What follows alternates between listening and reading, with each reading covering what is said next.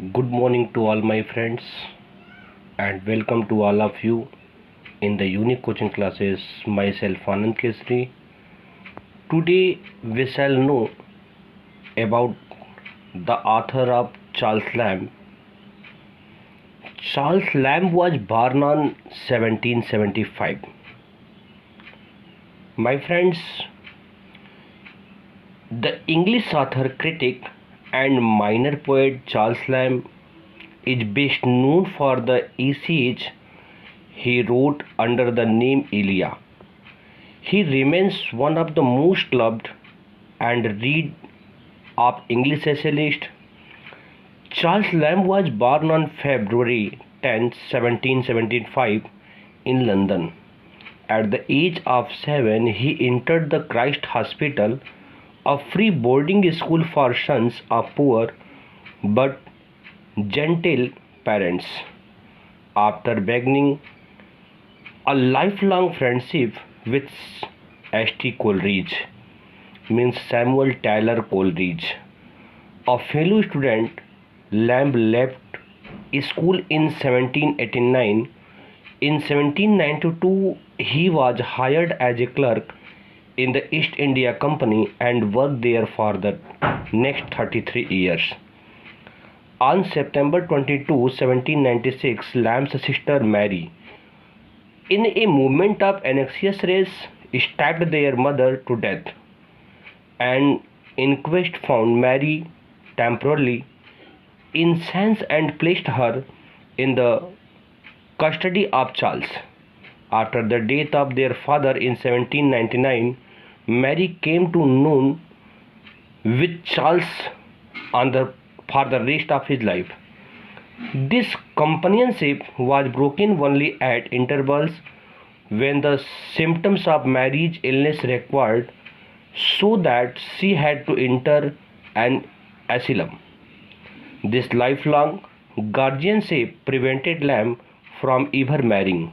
He himself had spent 6 weeks in an asylum during the winter of 1795.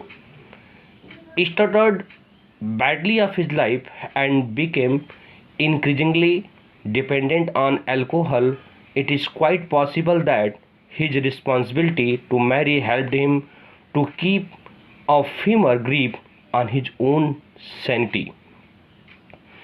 My friends, Lamb's literary career began in 1796 when Coleridge published 4 of Lamb's sonnets in his own first volume, Poems on Various Subjects.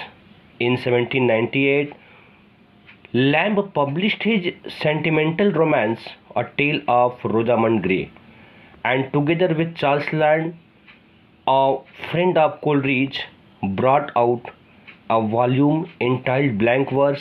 By 1801, Lamb had begun to contribute short articles to London newspapers and to write plays in an effort to relieve the poverty he and Mary endured.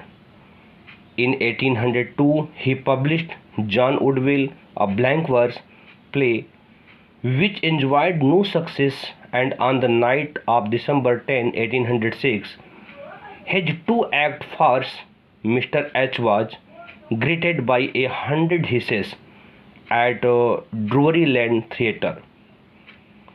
My friends, in 1807, Charles and Mary together brought out Tales from Shakespeare, a collection of prose adaptations of Shakespeare's plays intended for the young readers. The book proved popular with both young and old, and the Lambs followed up this success with others the same vein. In 1808, Charles published his own version of Homer's Odyssey for children, The Adventure of Ulysses, and in 1809, they collaborated again with Mary on Mrs. Leicester School, a book of children's stories and poetry of children. Meanwhile, Lamb began a new aspect of his career in 1808 by editing the anthology specimens of the English dramatic poets who lived about the time of Shakespeare.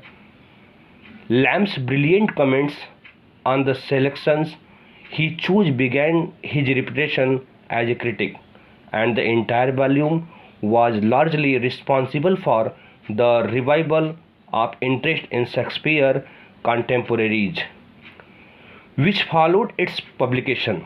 Lamb furthered his critical career with essays on the genius and characters of Hogarth and the tragedies of Shakespeare, published in the Leigh Hunt's journal, The Reflector 11.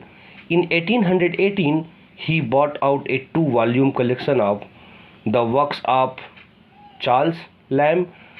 Ironically, his real literary career was yet to begin. Though Lamb was still far from famous, these years were among the happiest of his life at their home. In Inner Temple Lane, he and Mary entertained their friends at a number of late Wednesday evening gatherings.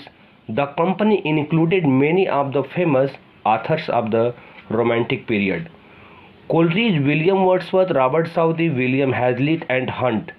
He, according to Hazlitt, Lamb always made the best pun and the best remark of the evening. Also, Lamb's letters of these friends during these years are among the best things he ever wrote, filled with excellent critical comments. They also reveal much of the wistful humor of Lamb's own personality. These letters no doubt did much to prepare Lamb for his fledgling triumph as a familiar essayist.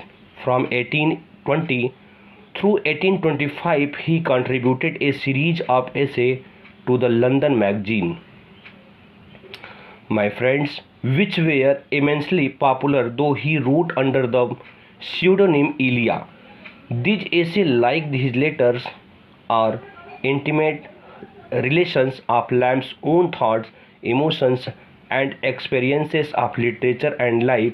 He touches on few disturbing subjects. He prefers instead to look to the past for the sense of calm, stability, and changelessness. Yet beneath the wit, humor, and humanity of such essays as a dissertation upon roast pig, witches, and other night fears and dream children, one finds a gentle nostalgia and melancholy. This bittersweet tone remains the